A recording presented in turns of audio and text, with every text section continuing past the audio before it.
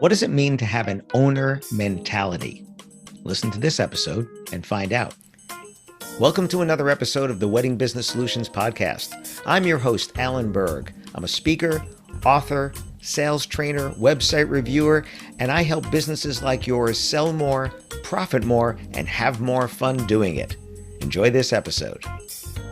Hi, it's Alan Berg. Welcome back to another edition of the Wedding Business Solutions Podcast.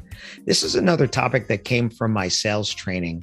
One of my clients wanted his employees, his salespeople, actually everybody in the company, to have more of an owner mentality. And to understand what that means, there's a difference between thinking like a worker and thinking like an owner. Now, whether you own your business or work in a business, whether you have worked in a business before and now are an owner or whatever, here's what it is. I use this example for his team to explain this. I said, let's say it's 7:00 in the morning and you're working inside of a coffee shop and there's a line of people outside waiting for you to unlock the doors because you open at 7:00, but it's about 6:45, right? It's not even 7:00 yet. You're inside, everything is ready. All the workers in the store are ready. The doors are locked. People are outside.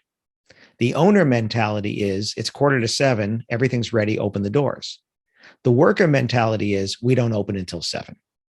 So this is kind of a little way of showing the difference. An owner would look and say, let the people in. And we let the people in. Yes, it's a little bit early. Are we setting a precedent? Maybe, but maybe we find out that we have a lot of people that have to get to work in time and 7:00 is cutting it close for them. So maybe we should open at 6:30 and we'll have customers coming in at 6:30. That's the owner mentality. The worker is the sign says we don't open until 7. We don't open until 7.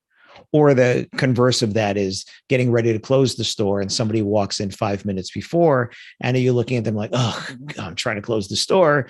Or are you thinking, hey, I have a customer, I might make a sale? There's again, the owner mentality. Part of this comes down to another episode that I did about, saying yes. How do you say yes to the customer all the time? Which we know is impossible, but it's the idea of, can I give them a yes, even if it isn't the yes that they want? And the owner mentality is kind of the same thing. Are your employees feeling free to speak up about ideas that they have, or are you resistant to any ideas but your own?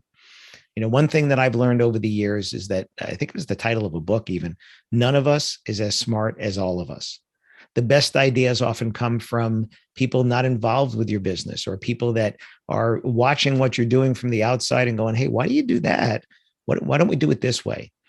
And one thing that I've also learned is I'm very fine with somebody telling me, hey, I've tried it the way that you said. I think I have another way that we could do it.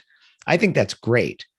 So what people have to understand is somebody new coming into the company. Sometimes it's young people. Sometimes it's just a new employee. They may not be as young. They've done things differently somewhere else. That doesn't mean that it is or isn't right for your business, that it may or may not be better for your business. The question is, are they willing to speak up and take that owner mentality and say, hey, I think I can make us more efficient. I think I can provide better customer service. I think I can, make us more profitable if we do it this way. And that's the owner mentality. But then you, if you are the owner, you have to be open to that and willing to that. Now, it also, yes, it's definitely how someone brings that to you. Criticizing what you do, that's not a good way to bring it. It's really to say, kind of coming from the world of improv, yes, and listen, I see the way we do it. And I think if we did it this way, we might be able to save, fill in the blank, money, time, have better customer relations, whatever it is.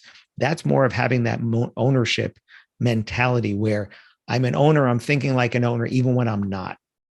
I remember I left a job because they didn't like that I asked why. So, why do we do it this way? And if the answer was, which it was back then, because we always have, that's not always a good answer. We always have doesn't mean there isn't a better way. Maybe we didn't know any other way, and that's why we did it. Or maybe when we started doing it that way, there was no option, but now there is. So do you have the owner mentality as an owner? Are you open to the idea that maybe you could do things differently, or you kind of get stuck in your way? One thing that I've said before many times is, I want to make my business model obsolete before somebody does it for me. So What is my innovation? What's my next way? What's the way to make it better? What's the way to make it different? What's the way to give my customers a better experience? That's part of that owner mentality, whether you own the company or not. When I was vice president of sales at The Knot, I used to have this thing called Ideas Come First, where on the first of every month, I encouraged my sales team, my customer experience team to come to me with ideas that either they or customers had, because I'm not out there with the 50, 60 sales reps and the 20 customer service people, whatever. I'm not talking to customers every day the way that all of these people cumulatively are.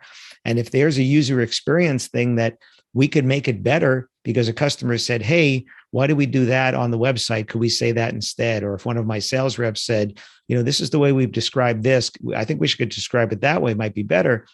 If I don't hear that, we can't make the change. None of us as smart as all of us.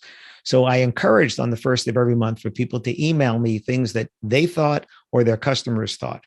And I acknowledged every single one, even if we couldn't do it. Sometimes we couldn't do something because it might work in one market. Let's say it worked in Des Moines, but it might not work in 50, 60, 70 other markets. It wasn't scalable. And I understood that that person, that customer service rep or sales rep is thinking locally. I have to think more globally. When I was in that position, I had to think, can we scale this? And I would go back and say, hey, I love that idea. I don't see how I can scale that to make it work in the other markets. Think about that and come on back to me with some ideas on how we can. So I never shot down an idea. Even if we couldn't do it, there was always a why. There was a why we couldn't do it, but let's go to the next yes. And then sometimes we were able to do it like, duh, yeah, absolutely, let's do it. And when people first came to me, they were skeptical. Some people didn't come to me with ideas. They didn't think we would do them. And then I had a meeting and I put up on the board, it was slides and it would have very small print, but it would say, so-and-so said to do this, done. So-and-so said to do this, done. And it went down 2 full slides of small print of things that people suggested in the company, whether it was the customers or the salespeople or customer service people. And we did them. And then they said, wow, they're actually listening. They're actually doing this. And that's, again, part of that mentality. I wanted people to feel invested in it. That's the owner mentality as well. So do you have the owner mentality, whether or not you are the owner? Do your people have the owner mentality? Can you be giving them not just responsibility, but authority to go with that responsibility? So when you're not there overseeing what they're doing, they're thinking like you would think. They're thinking like an owner would think. And then you don't have to micromanage people. Micromanaging people turns off the owner mentality because they feel you don't want to know what they think anyway. So they're not even going to share when they have ideas. You want to be open to those ideas and then celebrate those ideas, certainly the ones you do, but then also celebrate the fact that people come to you with ideas that you can't do and say, hey, great idea. I don't think we can do that right now because of this. Can you come back with something else that'll help fix this thing that's preventing us from doing it? Or don't think we can do that one. Keep the ideas coming, though. I love the way you're thinking.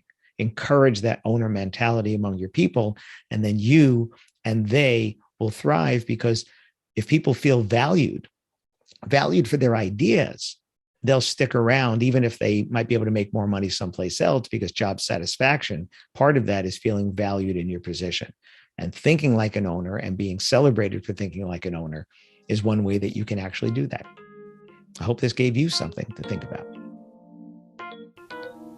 Thanks for listening to this episode of the Wedding Business Solutions podcast. If you liked it, please subscribe to this channel and post a review on your chosen platform, Apple Podcasts or whichever one. If you have any questions about anything in this episode or any of my episodes, email me directly at alan@weddingbusinesssolutions.com or visit my website, alanberg.com, alanberg.com. If you have any suggestions for future topics or guests that you'd like to see, please again, email me or visit my website. Thanks for listening.